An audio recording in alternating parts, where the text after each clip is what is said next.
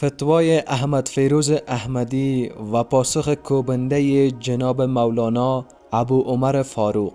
در این ویدیو احمد فیروز به جناب رسول الله صلی الله علیه و آله و سلم تهمت میزند و حدیث ضعیف را صحیح میگوید. ابتدا این ویدیو را ببینیم، سپس پاسخ این دعوتگر را خواهیم شنید. یکی از علامه های اهل بهشت سردردی است. بگو یک بار الله اکبر. یکی از علامه های اهل ایمان و علامه اهل جنت اویست که سرش درد میکنه، سردرد میشه. یک روز یک کسی آمد پیش رسول صلی الله علیه و سلم، حدیث صحیح است. نبی علیه السلام برش گفت که گاهن به تو صداع میرسه. این مرد گفت که یا رسول الله این صداع چی است؟ پیامبر صلی الله علیه و سلم فرمود سردردی. سردرد میشه گاهی؟ گفت مخواه از سردردیش خبر ندارم، هیچ وقت سردرد نشدیم.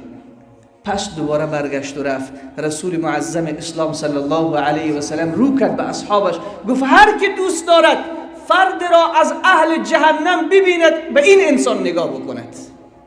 هر که میخواهد و دوست دارد یک فرد از اهل جهنم و اهل آتش را ببیند، همین انسانی که آمده بود دوباره رفت به همین نگاه کند که از اهل جهنم است، چون سردرد نشده. الله متعال این را به راه راست هدایت کند که به این بزرگی دروغ میگوید. بیماری امتحان از سوی الله متعال است و خود مریضی فضیلت ندارد، بلکه اگر کسی در بیماری صبر کند الله متعال اجر برایش میدهد. پس هر کسی هر چی گفت قبول نکنید، بروید تحقیق بکنین. میشنویم متاسفانه، بارها شنیدید، از آدرس منبر میگوین، از آدرس علم و دین میگوین اگر کسی 40 شبانه روز مریض و بیمار نشد هیچ خیری در او نیست مگر دین است. والله این مخالف دین است، این فرموده پیامبر نیست. پیامبر چی میفرماید؟ محمد مصطفی صلی الله علیه و آله و سلم برای امتش دستور داده، راهنمایی و ارشاد فرموده اسأل الله العفو والعافیه فإن احدا لم يعطى بعد اليقین خیرا من العافیه. سبحان الله، حدیث صحیح پیامبر علیه الصلاة والسلام است. ای امت من، شما همیشه از الله جل جلاله صحت و سلامتی و عافیت بخواهید، بخشش بطلبید. شما آرزوی بیماری نکنید، آرزوی مریضی نکنید. پیامبر از بیماری و مریضی به الله پناه برده. اللهم انی اعوذ بک من سیء الاسقام. پروردگارا من از بیماری های سخت و دشوار به تو پناه میبرم. اللهم انی اسألک العفو والعافیه. این دعای خود پیامبر علیه السلام است. پروردگارا من از تو صحت و سلامتی و عافیت میطلبم و میخواهم. حالا چی کسان بهشتی اند و چی کسان جهنمی؟ معیار اصلی رفتن به بهشت ایمان و توحید است. قرآن کریم بارها تصریح میکنه که اساس بهشتی بودن ایمان راستین و توحید خالص است. الله متعال میفرماید و یقینا کسانی که ایمان آورده و کارهای شایسته انجام دادند برای آنان بهشت‌های پرنعمت خواهد بود. و نیز در جای دیگری می‌فرماید الله متعال هرگز شرک را نمی بخشد و پایین‌تر از آن را برای هر کسی بخواهد و شایسته بداند می بخشد. و آن کسی که برای الله متعال شریک قرار دهد گناه بزرگی را مرتکب شده است.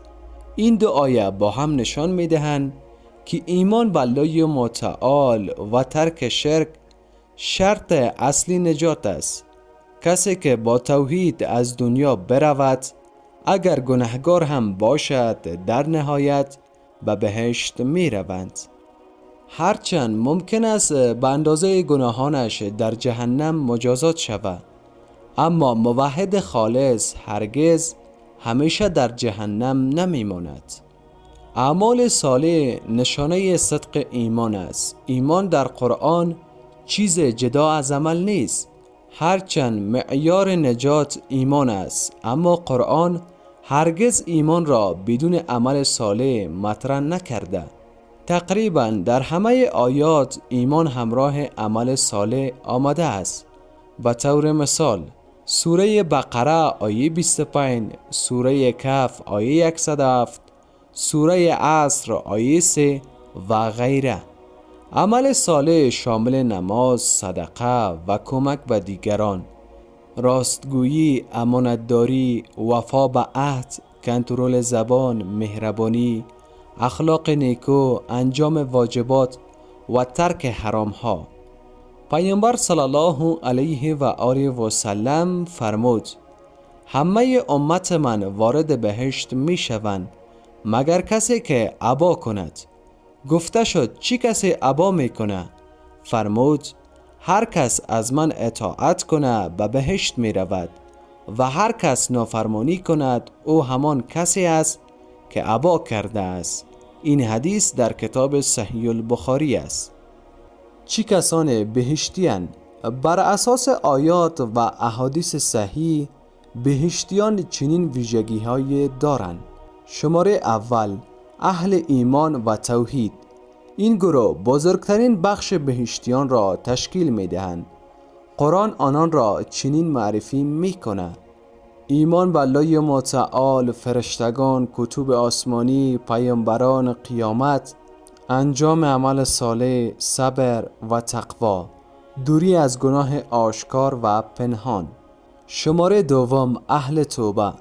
قرآن مجید تصریح میکنه که توبه حقیقی موجب آمرزش کامل گناهان است. الله متعال در سوره فرقان آیه 70 میفرماید: مگر آنان که توبه کنند و ایمان آورند و کارهای شایسته انجام دهند که الله متعال بدیهایشان را به خوبیها تبدیل میکنه و الله متعال بسیار آمرزنده و مهربان است. بسیاری از اهل بهشت کسانی اند که لغزش داشته اما بازگشتند. شماره سوم، کسانی که نیکی‌هایشان بر بدیهایشان غلبه دارد. در حدیث صحیح آمده هیچ کس با عملش وارد بهشت نمیشه مگر اینکه رحمت الله متعال شامل او شود. اما معیار قبول اعمال نیز در اختیار الله متعال است. هر کس ایمان داشته باشد و ترازوی حسناتش سنگین‌تر شود از اهل بهشت خواهد بود و هر عمل به نیت شما بستگی دارد. شماره چهارم، راستگویان و پاکدلان. پیامبر اکرم صلی الله علیه و آله و سلم فرمودند: راستگویی انسان را به نیکی راهنمایی میکنه و نیکی انسان را به بهشت هدایت میکنه. شماره پنجم، کسانی که در قلب کینه و تکبر ندارند. چی کسان جهنمی‌اند؟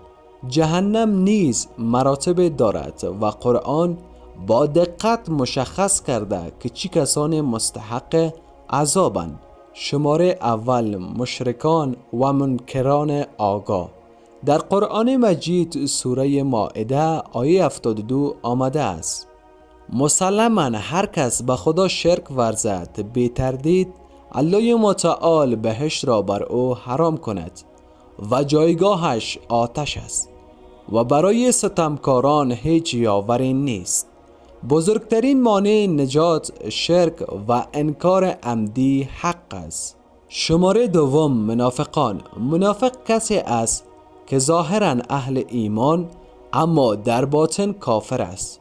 الله متعال درباره آنان می‌فرماید: بی تردید منافقان در پایین ترین طبقه جهنمند و هرگز برای آنان یاور نخواهد بود. شماره سوم، ظالمان، ستمگران و کسانی که حق مردم را خورده اند. در حدیث در صحیح المسلم آمده است که پیامبر صلی الله علیه و آله و سلم فرمود: آیا می دانید مفلس کیست؟ صحابه گفتند: نزد ما مفلس کسی است که پول و اموال ندارد. آن حضرت صلی الله علیه و آله و سلم فرمود: مفلس امت من کسی است که در روز قیامت با نماز، روزه و زکات می آید اما در دنیا یکی را دشنام داده، دیگری را تهمت زده، مال کسی را خورده، خون کسی را ریخته یا کسی را زده است، در آن روز از حسناتش به این و آن داده میشه.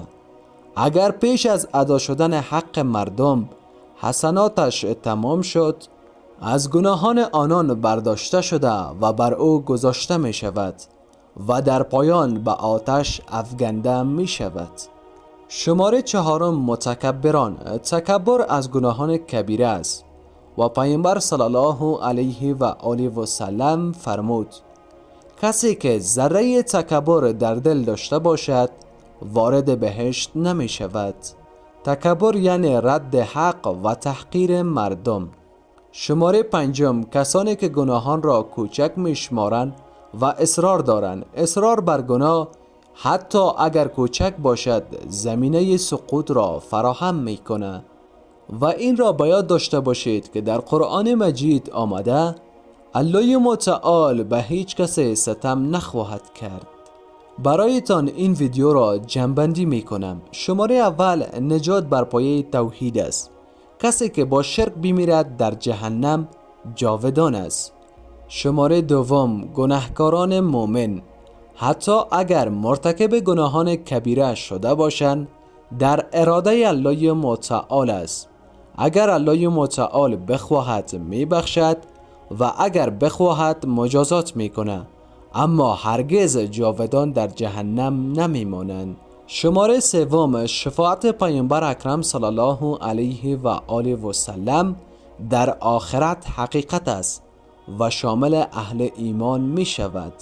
شماره 4 اعمال بدون ایمان سود ندارد و ایمان بدون عمل ظاهری ناقص و در برخی دیدگاه ها حتی نامعتبر است. شماره 5 داوری نهایی فقط با الله متعال است و ما حق نداریم درباره فرد معین حکم قطعی بهشتی یا جهنمی بدهیم مگر کسی که نص شرعی درباره‌اش آمده باشد.